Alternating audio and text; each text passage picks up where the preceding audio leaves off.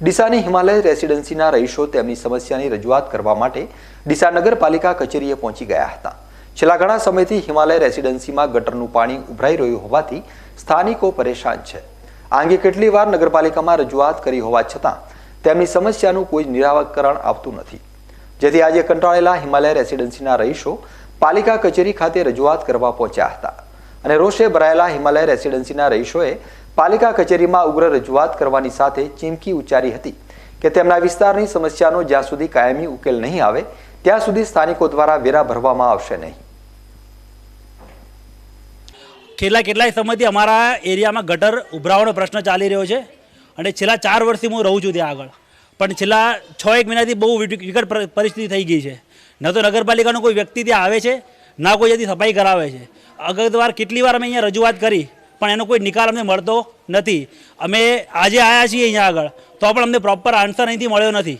જે તે ડિપાર્ટમેન્ટમાં જાઓ છો એ ડિપાર્ટમેન્ટ એમ કહે છે કે તમે બીજા ડિપાર્ટમેન્ટમાં જઈને કહો છો, અને છેલ્લે અમે જે રજૂઆત ભૂગર્ભ ગટર ડિપાર્ટમેન્ટમાં રજૂઆત કરી તો એ લોકોને એવું કહેવું હતું કે કંપનીને કોન્ટ્રાક્ટ આપે છે, કંપનીને જોવાનું। તો અમારે એ જાણવું છે કે કંપનીને કોન્ટ્રાક્ટ આપે છે, કંપની નગરપાલિકા થ્રુ છે કે નગરપાલિકા કંપની થ્રુ છે, અમને તે જ ખબર પડતી નથી। અને વારંવાર રજૂઆત કરવા છતાં બી અમારો કોઈ પ્રશ્નનું સોલ્યુશન આવતું નથી। અમે બી આ દેશના રહેવાસી છીએ, અમે ખુદ નાગરિક છીએ અહીંયાના, અમે મત આપીએ છીએ અને અમે વેરો બી ટાઈમ ટુ ટાઈમ ભરીએ છીએ। તો અમે અમારા પ્રશ્નનો જલ્દી સોલ્યુશન આવે એવી અમે બધાથી શુભેચ્છા આશ્વાસન એવું કોઈ અમને અહીંથી મળ્યું નથી અને અમને બરોબર જવાબ પણ આ લોકો આપ્યો નથી। અમારી માંગ નહીં સંતોષાય તો અમે ચૂંટણીનો બહિષ્કાર કરીશું અને અમે વેરો નહીં ભરીએ નગરપાલિકાનો, અને અમે અગાઉ ગાંધીનગર સુધી બી આની અરજીઓ પહોંચાડીશું। ઓકે, અને કલેક્ટર ઓફિસમાં બી અમે જઈને આની રજૂઆત કરીશું। હું હિમાલય રેસિડેન્સીમાં રહું છું। હું આજે અહીંયા નગરપાલિકામાં પાણી બાબત જે ગટરમાંથી એનો કોઈ નિકાલ થતો નથી એના બાબત કહેવા માટે અહીંયા આવી છું, પણ અહીંયા અમને સંતોષકારક કોઈ ઉત્તર મળ્યો નથી। મારું મકાન એકદમ છેલ્લે પડે છે અને ત્યાંથી જ મારા 7 ઘરની લાઈન મેં અલગથી કઢાવી હતી, પણ હવે પાછળ મકાન થવાના કારણે મારી એ લાઈન પણ પેક કરાવી નાખી છે। હવે પ્રશ્ન એ છે કે અમે દેખતા માણસો જઈ શકીએ, પણ મારે એક 14 વર્ષનો આંધળો બાળક છે।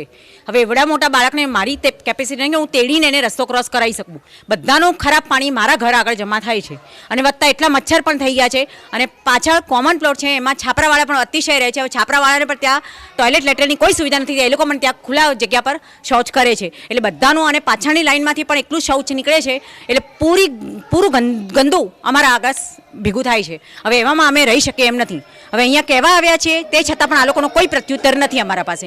હવે અમારે આગળ શું કરવું? અમારી માંગ એટલી છે કે બસ પ્રેમથી તમે તમને જે કહેવા આવ્યા છે અમારો આ નાગરિકત્વના લીધે અમારો આ રસ્તો કરી આપો, સોલ્યુશન કરી આપો, બસ અમને બીજું કશું જોઈતું નથી। આ ભૂગર્ભ ગટરનો નિકાલ કરી આપો અમને। એમની તકલીફ છે પાણીની, જે ભૂગર્ભ ગટર ઉભરાય છે એમની રજૂઆત કરવા માટે અહીં નગરપાલિકામાં આવ્યા હતા। એમને અમે સંતોષકારક જવાબ આપ્યો છે કે બળદેવભાઈથી અમે 2 દિવસે એમની બધી ગટરની સફાઈ કરાવી દઈશું અને પછી અમે જાતે નિરીક્ષણ કરીને જે એમની તકલીફો છે તે દૂર કરવાનો અમે પ્રયત્ન કરી લઈશું।